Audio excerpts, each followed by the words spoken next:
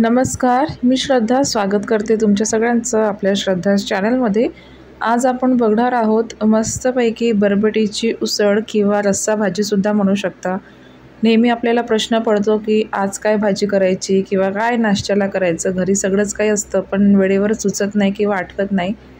तर बघा, आपण आज मस्तपैकी उसळ केलेली आहे बरबटीची। तर ही उसळ आपण कशी केलेली आहे, झटपट अगदी तयार झालेली आहे। तर चला आपण व्हिडिओला सुरुवात करूया आणि व्हिडिओ स्किप न करता पूर्णपणे बघा आणि नक्की आवडलास तर नक्की मला सांगा कमेंटमध्ये की व्हिडिओ कसा आहे।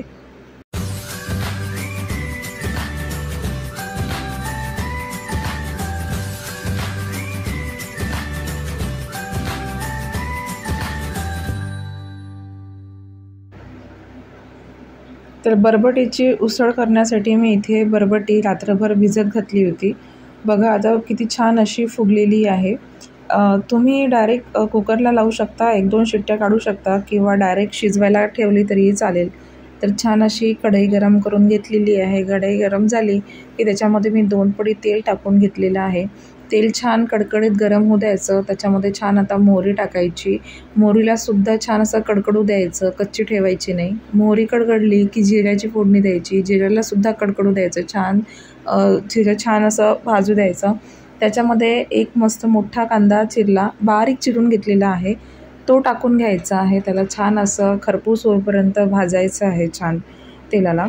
तर नेहमी काय होतं ना की आपल्या घरी असतं कडधान्य वगैरे, पण आपल्याला आठवत नाही किंवा काय करायचं भाजीला, तेच ते उन्हाळा सुरू झाला की आपल्याला भाजीसुद्धा बाहेरची गोड लागत नाही। तर अशा वेळेस असं काहीतरी करून खाऊ शकता, छान वाटतं। तर कांदा होईस्तोवर मी त्याच्यामध्ये थोडा कढीपत्ता टाकून घेतला आणि आलं लसूणची पेस्ट टाकून घेतली आहे। सगळं काही सोबतच आता आपण भाजून घेऊया आणि त्याच्यानंतर घरगुती सुके मसाले आपण टाकून घेऊया। जसं की हळद झालं, अर्धा चमचाच हळद टाकलेला आहे। 1 चमचा मी इथे धने पावडर टाकलेला आहे। तुम्ही कुठलाही गरम मसाला टाकू शकता, घरगुती गरम मसालासुद्धा टाकू शकता याच्यामध्ये।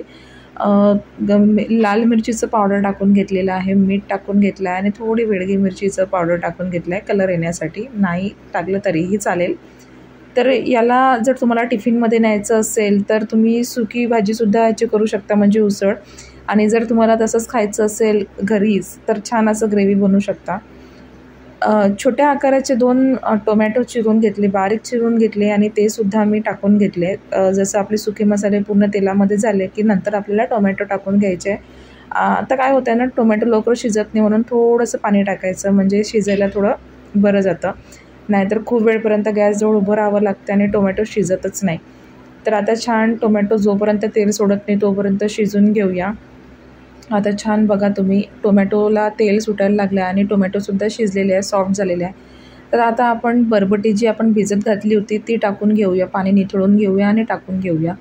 आणि जर तुम्हाला घाई असेल तर तुम्ही कुकरला 1-2 शिट्ट्या काढून घेतल्या म्हणजे बरबटी सॉफ्ट होऊन जाते आणि पटकन तुम्ही या स्टेजला टाकू शकता। म्हणजे तुमची जी रस्सा भाजी किंवा उसळ म्हणू शकता ती झटपट तयार होईल, अगदी 8 ते 10 मिनटामध्ये तयार होईल। आणि जर भिजत घातलेली बरबटी जर तुम्ही वापरली तर थोडा याला शिजायला वेळ लागतो, थोडा म्हणजे बराच वेळ लागतो, 15 ते 20 मिनटं लागतात।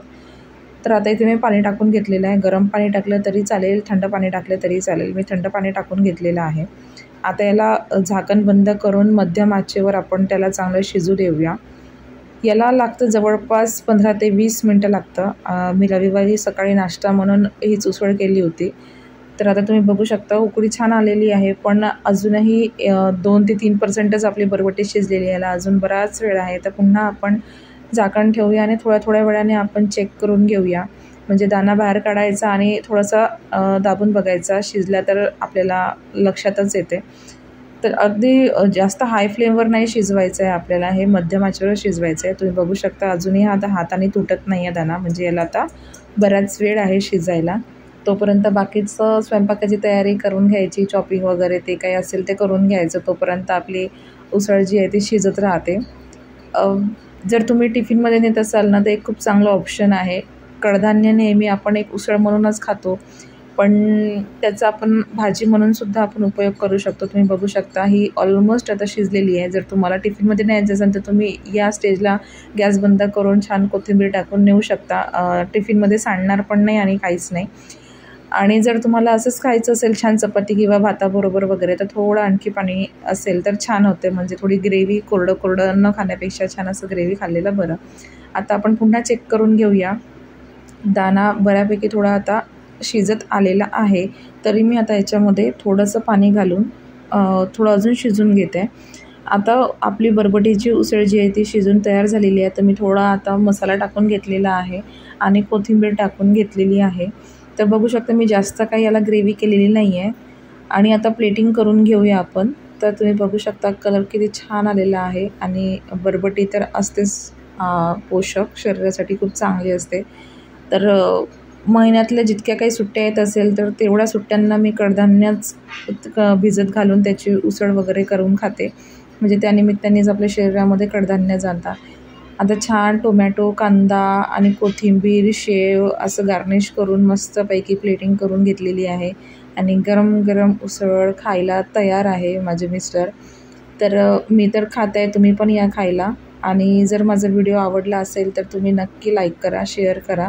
आणि सोबतच जर नवीन असेल, तुम्ही पहिल्यांदा व्हिडिओ बघत असाल तर सबस्क्राईब करायला विसरू नका. आणि बाजूला बेल आयकन आहे, त्या बेल आयकनला पण प्रेस करा, म्हणजे माझे व्हिडिओ अपलोड होताच तुम्हाला त्याचं नोटिफिकेशन येईल.